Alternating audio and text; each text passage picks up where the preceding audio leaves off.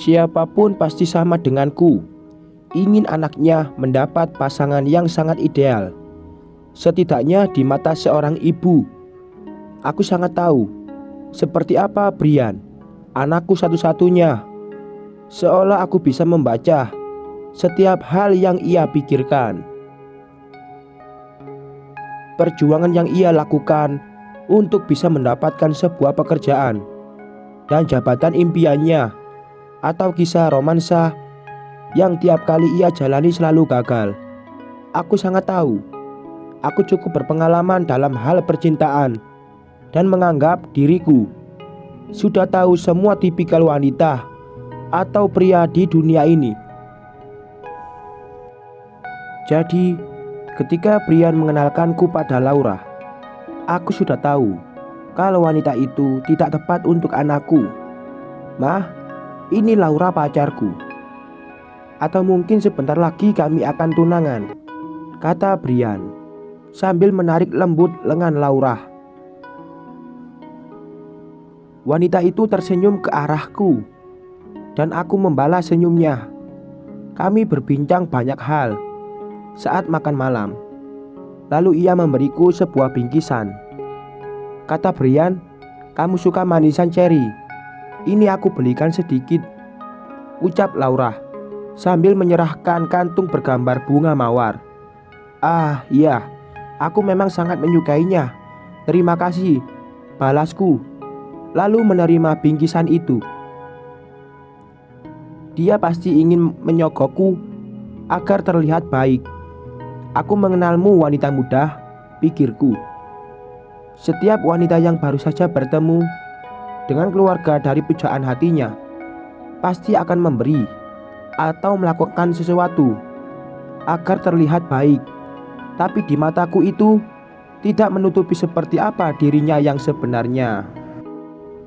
Semua orang pandai berpura-pura untuk mendapatkan apa yang ia inginkan, termasuk Laura. Jika dia berpura-pura, mari kita juga melakukan hal yang sama, pikirku. Sejak pertemuanku dengan Laura, Brian tidak pernah berhenti membicarakannya. "Ma, dia adalah wanita paling baik yang pernah ku temui. Kamu harus percaya padaku," ucap Brian dengan aksen Latin yang sangat kental. Aku hanya bisa mengangguk, berusaha mendengarkan cerita tentang wanita muda itu dari pria yang telah sangat mabuk kepayang olehnya. Orang yang jatuh cinta pasti melihat sisi baik dari seseorang, dan sebaliknya, yang patah hati akan selalu menemukan sisi buruknya. "Mata tua ini tidak bisa dikelabuhi, nak," bisikku dalam hati. "Jelas dia menunjukkan yang terbaik untuk memikat dirimu," tambahku. Namun aku tidak berani mengatakannya langsung pada Brian. Aku tidak ingin menghancurkan hati kecil anakku sebelum menemukan penawarnya. Jadi aku diam-diam mencarikan Brian wanita yang menurutku tepat untuknya. 3 bulan berlalu. Brian masih membicarakan wanita itu. Meski harus kuakui, ia cukup cantik dengan wajah bulat, alis segaris, matanya seperti kacang almond dengan iris coklat. Sangat senada dengan rambutnya yang keriting, hidung mancung khas orang Latin, dan bibir yang cukup tipis. "Ma, bagaimana menurutmu kalau aku melamar Laura dalam waktu dekat ini? Dia pasti akan bahagia," ucap Brian yang membuatku cukup terkejut. Aku sangat takut Brian akan terlambat menyadari kalau Laura bukan wanita yang baik untuknya. Tetapi aku juga tidak bisa menghancurkan hati anakku. "Mungkin itu yang terbaik, tapi setelah kamu selidiki dulu bagaimana sikap aslinya padamu," jawabku. "Apa maksudmu?" "Aku sudah berpacaran dengannya selama 3 tahun, Ma. Tidak mungkin dia menahan diri selama itu. sahut Brian dengan nada yang mulai meninggi. Wanita bisa menutupi dirinya selama apapun yang dia mau, dan percayalah, mereka mampu melakukannya. Balasku. Aku membawanya ke sini karena aku sudah yakin dengannya, Mah. Sudah aku selidiki jauh sebelum kamu membicarakan omong kosong ini padaku. Balasnya. Aku terdiam dan meninggalkan Brian begitu saja. Aku harus segera mencari wanita yang pantas untuk Brian, pikirku. 2 hari setelahnya, aku bertemu dengan Monica, mantan kekasih Brian, yang dulu pernah sangat dekat denganku. Dia sangat cocok untuk Brian, batinku. Jadi aku menghampiri Monica saat kami berada di satu supermarket yang sama. "Halo Monica, apa kabar?" tanyaku pada wanita yang berada di depanku. Dia berbalik dan melihatku dengan wajah terkejut. "Oh, hai, baik. Bagaimana denganmu?" Dia balas bertanya padaku. "Baik. Bisa kita bicara sebentar?" tanyaku. Aku kira aku ada waktu sedikit untuk bicara sebentar," jawabnya. Kemudian kami berjalan bersama sambil terus memasukkan barang yang kami butuhkan ke dalam keranjang. "Ada apa, Nena? Sepertinya ada masalah yang serius. Kamu baik-baik saja?" tanya Monica. "Ya, aku baik. Hanya saja aku memikirkan tentang Brian," jawabku. "Ada apa dengan Brian? Apa dia sakit keras?" balasnya. "Dia tidak sakit, cuma kekasihnya bermasalah." Wanita itu tak baik, Monica. Tak seperti kamu," sahutku. "Maksudnya?" "Aku ingin Brian kembali lagi padamu, Monica," jawabku. Monica menghentikan langkahnya saat kami berada di area buah dan sayur. "Aku tidak bisa, Nena," ucapnya. "Kenapa?" tanyaku, yang berhenti beberapa langkah di depan Monica. Supermarket itu cukup besar dan ramai. Beberapa orang berlalu lalang sambil melihat ke arah kami. "Aku tidak bisa, karena Brian bukan tipeku," jawabnya. Aku diam dan terus berpikir apa yang harus kulakukan agar Monica mau menikahi anakku. "Bagaimana kalau aku membayar 14 juta kalau kamu mau berkencan dengannya? Kamu coba saja dulu agar tahu seperti apa Brian sekarang," tawarku padanya. Monica terdiam dan dia terlihat sedang berpikir. "Ini akan berhasil," pikirku. "Baiklah, tapi hanya untuk sekali berkencan," jawabnya. "Tidak masalah. Silahkan kamu hubungi Brian untuk mengajaknya ke suatu tempat, dan jangan lupa memberitahu aku," ucapku. Setelah selesai membeli banyak barang, akhirnya aku dan Monica berpisah di depan supermarket. Aku pulang ke rumah dengan perasaan bahagia. Tidak ada lagi wanita bermuka dua yang akan menjadi pasangan dari anakku.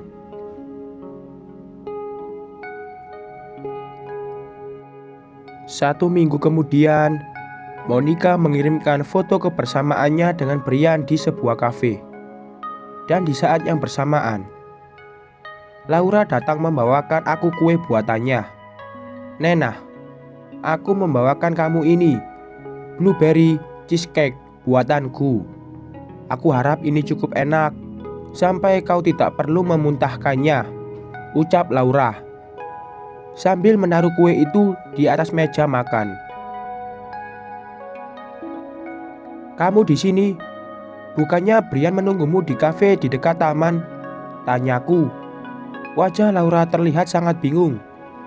"Aku kira dia di rumah. Dia tidak mengatakan apa-apa padaku," jawab Laura. "Sebaiknya kamu cepat pergi. Mungkin ponselnya tertinggal," balasku. Laura segera memakai kembali jaket dan sel ke lehernya, kemudian mengejar Brian yang sedang bersama Monica di kafe. Aku menunggu Brian pulang hingga larut malam sambil menikmati blueberry cheesecake buatan Laura. Tapi dia tidak kunjung datang. Jadi aku meninggalkannya begitu saja dan tertidur di kamarku. Tengah malam aku mendengar Brian menangis di kamarnya.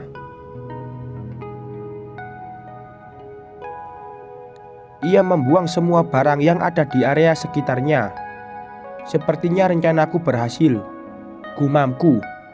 Tapi aku tidak terbangun dan menenangkan Brian. Aku membiarkan Brian sendiri dan mencari seseorang untuk menyamankan diri. Di sanalah peran Monica malam ini. Aku sudah menyelesaikan tugasku, tulis Monica kepadaku. Keesokan harinya, aku akan mengirimkan uang itu padamu. Terima kasih, balasku. Aku tak berharap Monica benar-benar akan menikah dengan Brian. Tetapi jika setelah bertemu, ia berubah pikiran, maka itu adalah hal yang bagus. Kupikir hubungan mereka berhenti saat berkencan hari itu, dan Brian melakukan hidupnya kembali. Tetapi ternyata tidak. Monica menjadi tertarik pada Brian, dan tak lama mereka kembali bersama. Aku cukup senang dengan berita itu. Lalu mereka meneruskan hubungan yang sempat terhenti sementara. Ini akan menjadi sesuatu yang bagus, pikirku.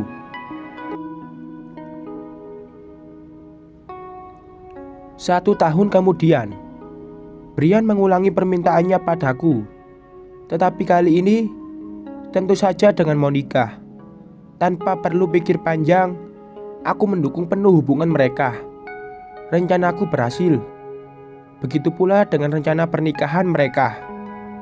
Mereka menikah dengan cara yang sangat mewah, menjadi raja dan ratu sehari, lalu membangun keluarga bersama.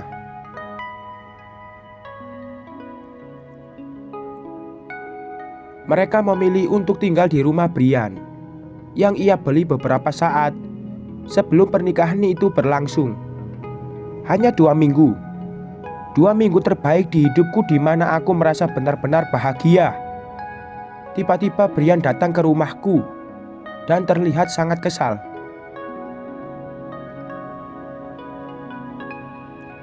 Kami selesai, Mama. Dia hanya menginginkan uangku.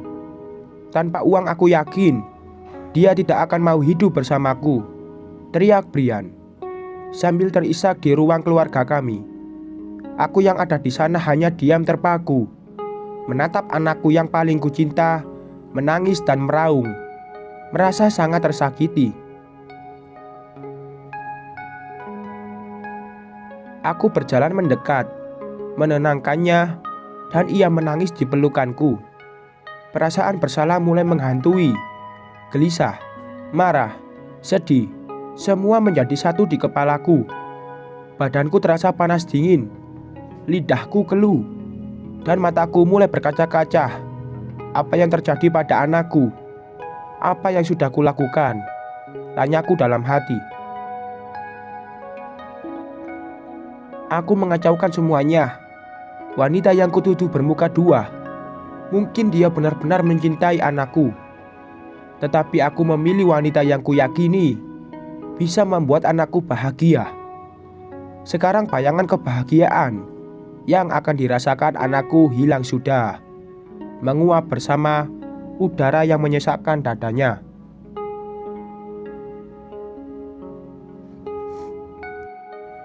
Maafkan aku, ucapku. Aku ikut menangis di pelukan Brian. Dan seketika isak tangisnya pun terhenti. Ada apa, Mama? Ini bukan salahmu. Dia memang wanita jalang, dan aku salah karena telah mempercayainya untuk kedua kali, sahut Brian sambil melepaskan pelukannya dariku. Ia menatap wajahku dengan matanya yang sembab. Tidak, kamu tidak salah. Aku yang membayarnya untuk berkencan denganmu. Satu kali hanya untuk menyingkirkan Laura. Aku tidak suka dengannya karena aku pikir dia adalah penjilat dan aku lebih memilih Monica. Aku pikir dia akan membahagiakanmu karena dia sangat pintar dan cantik. Jelasku dengan sangat cepat, seolah waktu aku hidup hanya tinggal beberapa detik lagi. Brian melepaskan pegangannya pada kedua bahuku dan berdiri.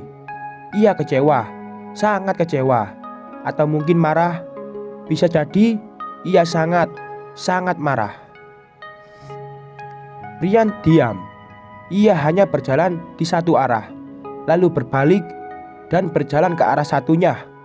"Kamu mengacaukan hidupku," teriak Brian. "Kamu tidak tahu, Mah, dia sangat baik padaku. Bahkan di saat semuanya sulit dan tidak terkendali. Hanya dia yang ada di samping aku," tambah Brian. Aku hanya bisa diam dan menangis di salah satu sudut sofa. Maafkan aku. Aku tidak tahu dan hanya mempercayai instingku sebagai ibu. "Aku ingin yang terbaik untukmu, Brian," jawabku. Brian tertawa sinis ke arahku. "Kamu mau aku bahagia?"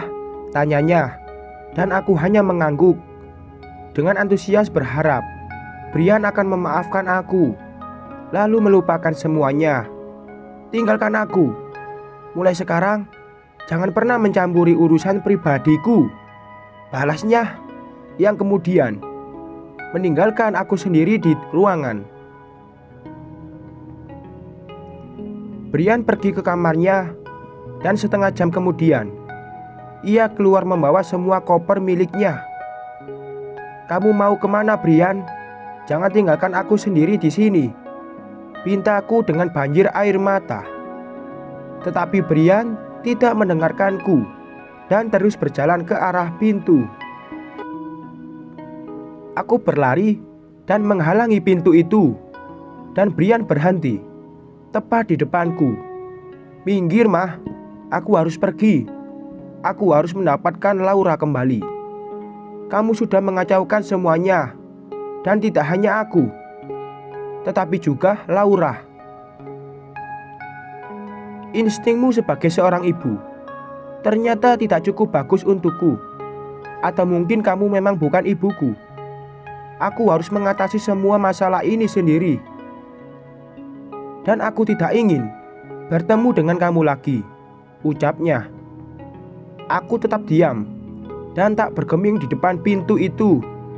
"Kamu tahu alasan aku tetap tinggal di rumah tua ini dan menemanimu?" tanyanya.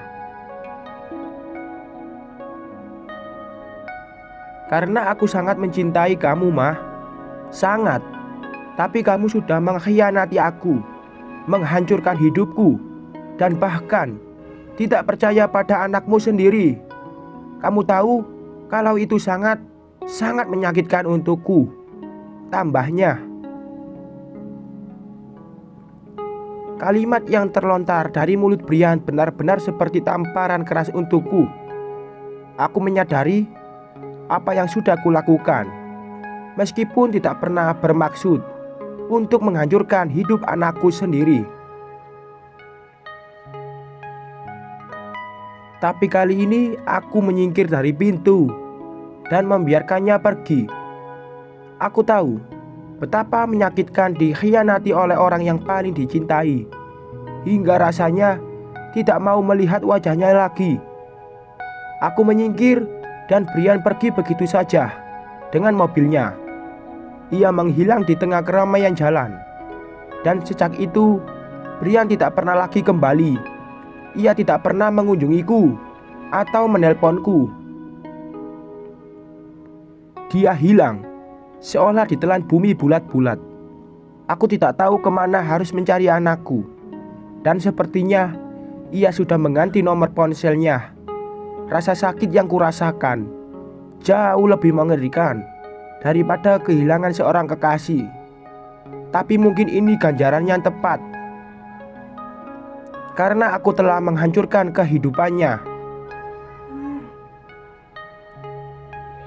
Sekian.